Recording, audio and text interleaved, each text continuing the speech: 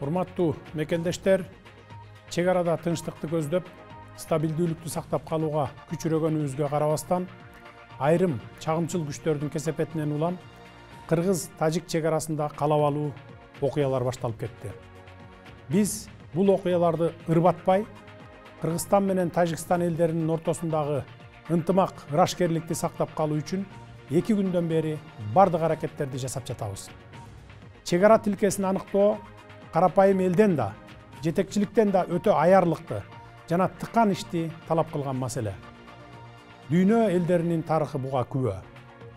Мындай олуттуу маселелер тынчтык сүйлөшүүлөрү аркылуу гана чечилип келген.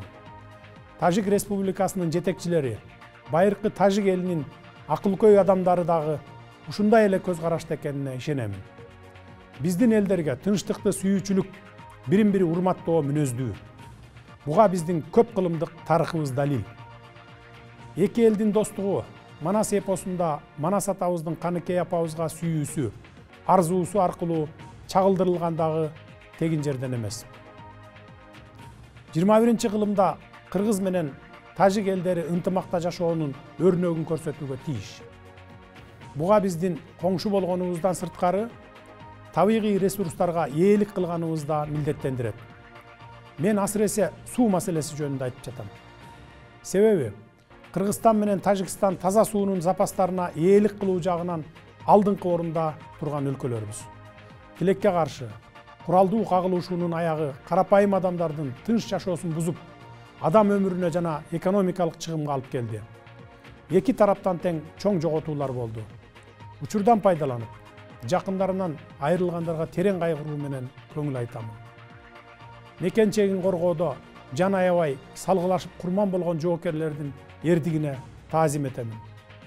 Согушту башташ оңой, токтотуш оор деп айтылат. Тынчтык жана бейпилдик баарынан кымбат. Бир нече жылга созулган жарандык согушту баштан кечирген тажик эли дагы муну жакшы түшүнөт деген ойдомун. Улуу Орозо айында мусулман калктарынын кырды бычак болуп кырылышып турганы жакшы жосун эмес. Ошондуктан бардык тараптарды тынчтыкка чакырамын. Азыр эле Тажикстандын президенти Эмомали Шарипович менен эки тараптуу сүйлөшүүлөрдү жүргүздүк. Чек аралар жана башка бардык маселелерди тынчтык жана сүйлөшүүлөр жолу менен чечип алалы деп келиштик.